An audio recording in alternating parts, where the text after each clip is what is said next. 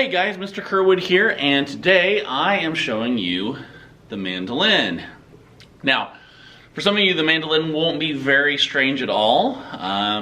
Some of you may have never seen one before. So, if you'll recall, several weeks ago we looked at the bouzouki, and I had it tuned in the same tuning as a mandolin. And so here's the mandolin. You can see it has 4 courses of 2 strings, 8 strings total.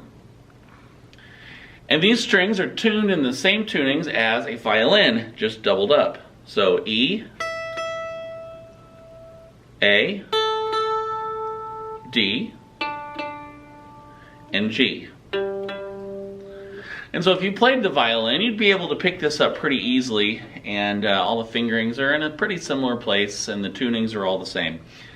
Now, what makes this really interesting is that those notes, E, A, D, and G, are the same as the first 4 notes, the lowest 4 notes on the guitar, except they're in the opposite order.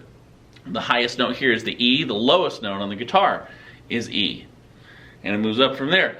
And so if you're a guitar player already, you can kind of get started on mandolin by taking those chords and flipping them upside down. And it works out really nicely.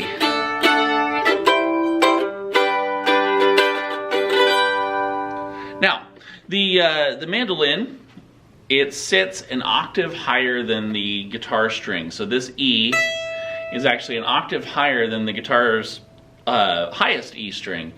And so when you play on the mandolin, it's actually going to sit, everything is sitting 1 octave higher than the guitar playing the same chords along with you. As a result, these things are great for playing along with guitar players because there's always space. There's always room for that mandolin to sit in the mix. So the mandolin is part of the lute family, and the modern mandolin came around in the 18th century in Europe. As with a lot of these things, as you remember when we were talking about the bouzouki, the original mandolins would have had a round back, and this sort of flat back version was a late 19th century, early 20th century development, mostly to help kind of keep these a little bit more portable and help them stand up a little bit better to a lot of traveling. These became really popular in bluegrass music, and it's really nice for not only just chorded accompaniment,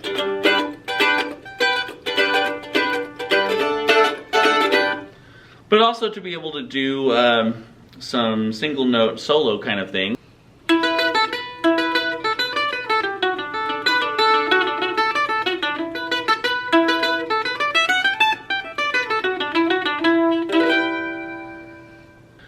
One thing I love about the mandolin is that this is significantly smaller than a guitar, which allows me to do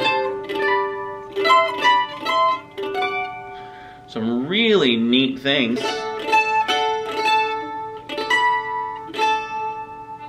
And do some stretches that would be really impossible on the guitar. But